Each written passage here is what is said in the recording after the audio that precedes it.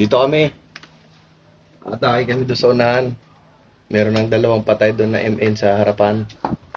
Tulog sila daw. Matindi talaga si Commander Malik. Yan, tingnan niyo yung bahay. Ito na yung itsura ng mga bahay. Ang itsura ng labanan.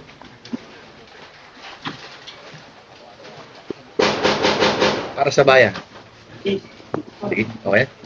Tingin.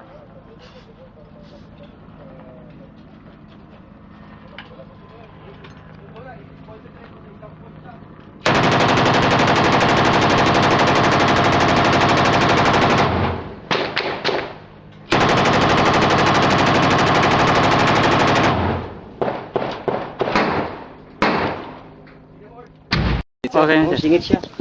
Nandito na uli kami ngayon. Ika-apat na araw. Ika-apat na araw namin dito sa Zamboanga, pero ikatlong araw na dire-diretsong away. Pagbagan. Kanina mga alas 12 ng tanghali. Ngayon ay alas 5 na. Ngayon pala natin Paul. Nakuha namin yung safe house ni Malik. Pinasok namin. Meron kaming anim na surrendery. Lahat konfirmado MNLF. And nakuha namin sa kanila yung mga bala at yung ginagamit nilang mortar. Initially, may patay doon na naiwan kaso hindi namin nakuha dahil malakas ng sunog. Kung mapapansin nyo nga ngayon,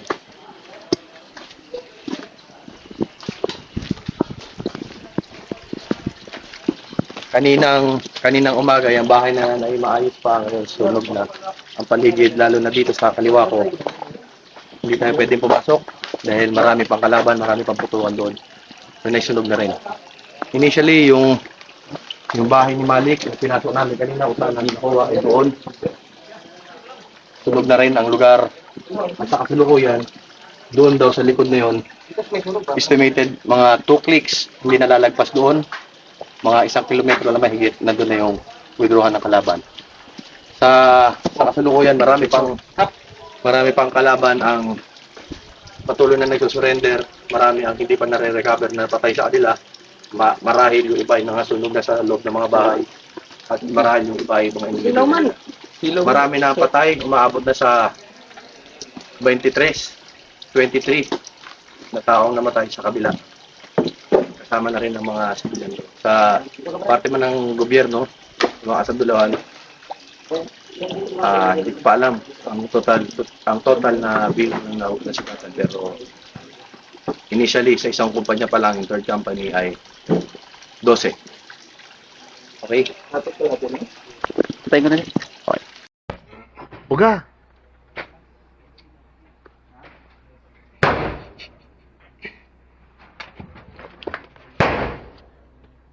Na? Sir? Nakatakas?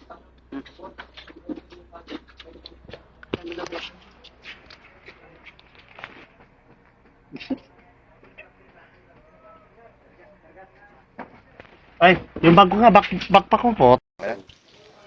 Nandito ulit kami ngayon sa dati namin pwesto, pero kung makikita nyo, puro sira na, nasunog. At itong lugar pa rin ito, stronghold nila nung isang araw. Diyan sa unahan, Video mo yung mga sirang bahay. diyan sa unahan, diyan nagkaroon ng mga enkwentro maghapon, kahapon.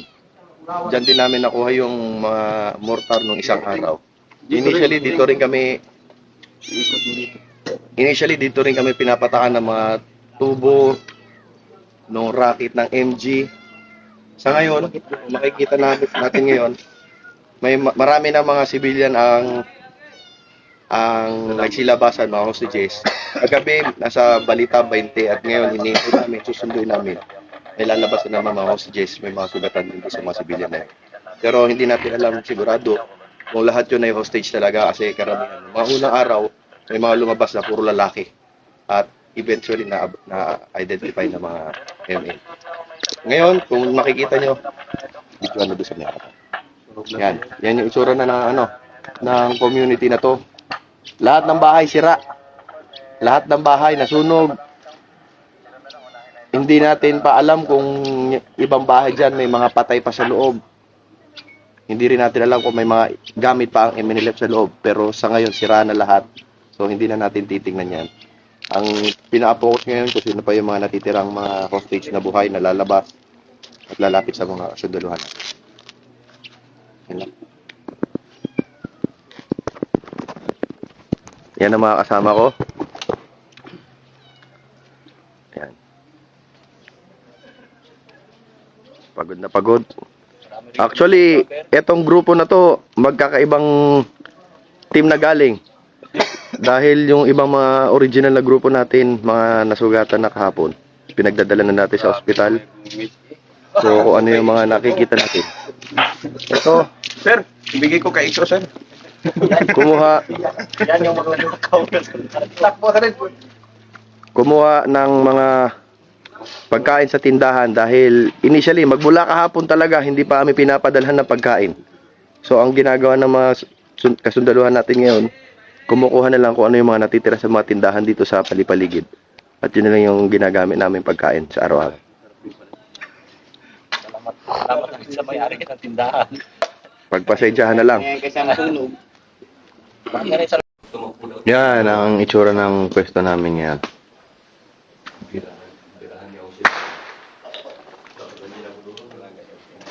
Guardia. Doon pinamasak natin ang dam yan. Doon sa may butas. Initially nagpapay doon sa unahan. Tapos dito rin yung guardia. Doon may galing sa butas. May baril? Ha? Dito. Hindi pa nalapitan man. Siguro ba rin ka? Ganun siya. Scored the game ako. Ayun. Doon.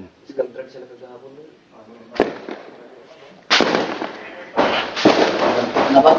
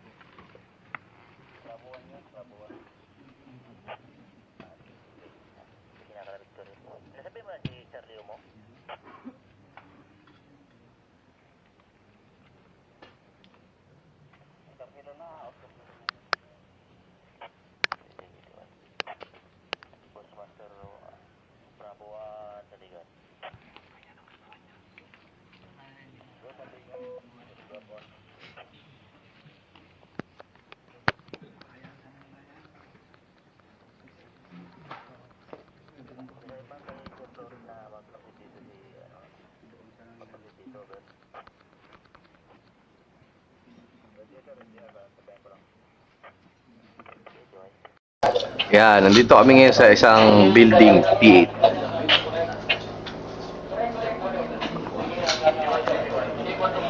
Tsaka may galing siya dito.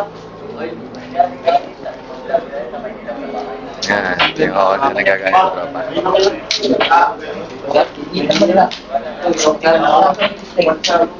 Yan yung sniper namin.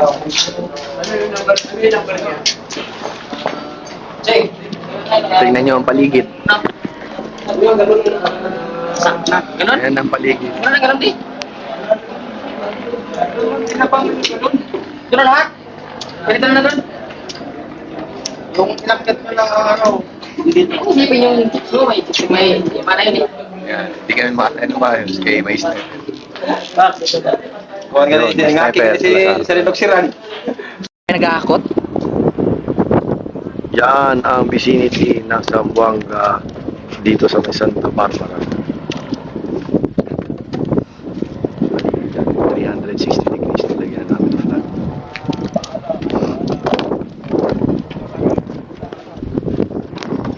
Doon ako sa likod ng punong yan. Unang nakagisa ng granada. Tapos pagtatras namin doon sa may yung may sunog na puno doon sa may baba nun sa kaliwa. Yun, doon naman ako na sagada na naman ang tatlo.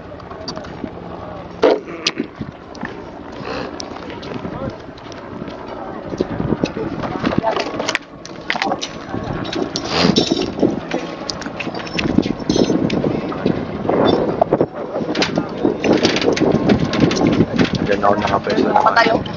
Yun na yung sa kumpan na yun. Kulay-kulay. Kita mo yan? Pero hindi mas mapag naglanada. Pinanapan ko to. Mabalot pa. Grabe talaga. Parang kainan to ah. Pabahon. Kaya ako kapan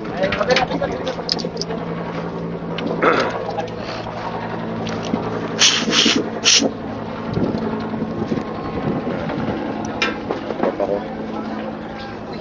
Tropa. Marami pa tayo sa mga. Ito rin. Yung mga hilerang bahay na yan. Dami pa tayo dyan.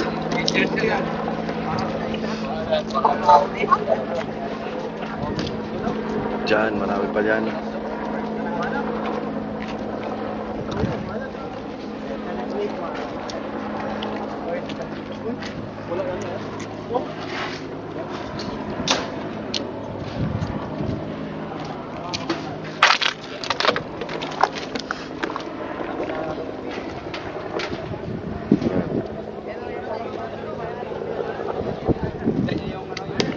Ginawa ng mga MNLF doon sa tower na yan. Dati nag-press ng mga sniper namin. Pati yun yung eskwelahan. Ito naman yung sinasabing KGT building. Yan, yung kulay green yan.